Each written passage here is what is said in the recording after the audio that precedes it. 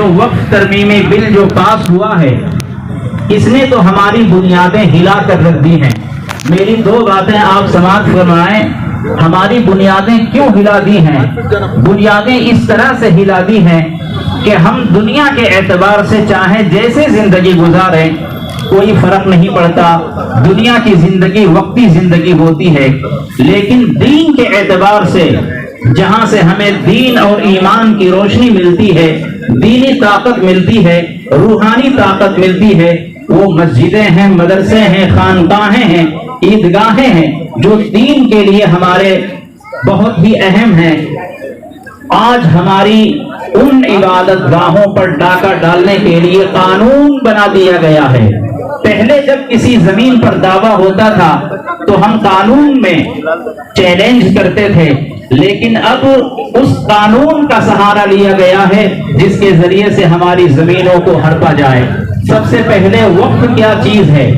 وقف کے بارے میں تمام علماء، تمام ائمہ اس بات پر متفق ہیں کہ اگر کسی بندے نے اپنی کوئی زمین وقف کر دیا تو وقف کرنے کے بعد وہ زمین اس انسان کی ملکیت سے نکل کر اللہ کی ملکیت میں داخل ہو جاتی ہے، اور اس زمین کا مالک کوئی نہیں ہوتا سوائے اللہ کے.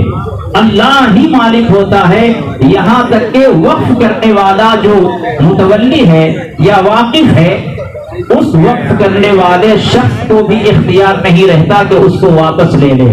نہ اس کے رشتہ داروں کو، نہ اس کے ورثہ کو اختیار رہتا ہے کہ اس زمین کو واپس لے لے. تو وقف شدہ زمین کا مالک اللہ ہوتا ہے. اس کو کوئی دوسرا نہ بیچ سکتا ہے، نہ کسی کو ہبہ کر سکتا ہے، نہ پھر واپس لے سکتا ہے.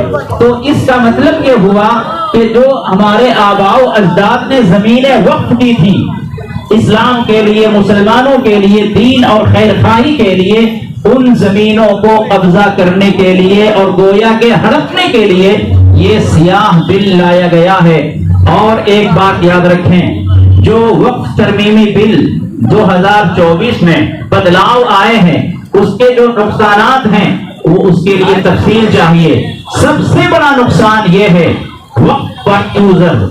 اس کا مطلب یہ ہوتا ہے کہ جو زمینیں ہماری وقف شدہ ہیں، جو برسوں سے اور صدیوں سے ہماری زمینیں وقف ہوتی ہوئی آ رہی ہیں، مسلمانوں کے استعمال میں ہیں، لیکن اس کے پاس اگر ڈاکومنٹس نہیں ہیں، کاغذات نہیں ہیں، تو وہ زمین وقف کی نہیں مانی جائے گی، سرکار کی سمجھی جائے گی. اب آپ ذرا غور کریں، جو زمینیں ہمارے آباء و اجداد نے صدیوں پہلے مسلمانوں کے لیے، دین اسلام کے لیے وقف کی تھی، ان زمینوں کا کیا ہوگا؟ ان زمینوں سے ہمارا اختیار ختم ہوگا، ہمارا حق ختم ہوگا، ہماری ملکیت ختم ہوگی، اور پھر اس کا مالک سرکار ہوگی، اور پھر اس کو اپنے اعتبار سے استعمال کریں گے. حالانکہ وقف کا مطلب میں نے ابھی کیا بتایا کہ وقف کا جو مالک ہوتا ہے، وقف کی زمینوں کا مالک اللہ ہوتا ہے. اللہ کے سوا کوئی نہیں ہوتا. اس کی حفاظت مسلمانوں کی ذمہ داری ہے. اوقاف کی حفاظت کی ذمہ داری وقف بورڈ کی ہوتی ہے، متولیان کی ہوتی ہے، ذمہ داران کی ہوتی ہے. اس لیے میں ابھی آپ حضرات کے سامنے اپنے جمعہ کے خطبات میں بھی میں نے اس بات کو کہا کہ یہ آپ کی دینی ذمہ داری ہے. اگر آپ نے مسجد اور مدرسے کی، خانقاہوں کی اور اوقاف کی حفاظت نہیں کی تو کہیں ایسا دن ہمیں دیکھنے کو نہ ملے کہ آپ اپنے گھر کی بھی حفاظت نہیں کر سکیں گے، خود آپ اپنی حفاظت نہیں کر سکیں گے. مسجدیں باقی ہیں تو آپ باقی ہیں، مدرسے باقی ہیں تو آپ باقی ہیں، خانقاہیں ہیں اور درگاہیں ہیں تو آپ باقی ہیں. اگر آپ ان کی حفاظت میں ذرا بھی غفلت کی تو سمجھ لیجئے میرے دوستو آپ کا نام و نشان مٹنے والا ہے. اس لیے ہمارے ملک کے اکابر علماء نے اور دو بڑی جماعتوں نے، مسلم پرسنل لا بورڈ نے اور جمعیت علماء ہند نے یہ اعلان کر دیا ہے کہ ہم اس کی قانونی لڑائی آخری حد تک لڑیں گے انشاءاللہ. جہاں تک جائیں گے انشاءاللہ ہم اس کے لیے کوششیں کریں گے.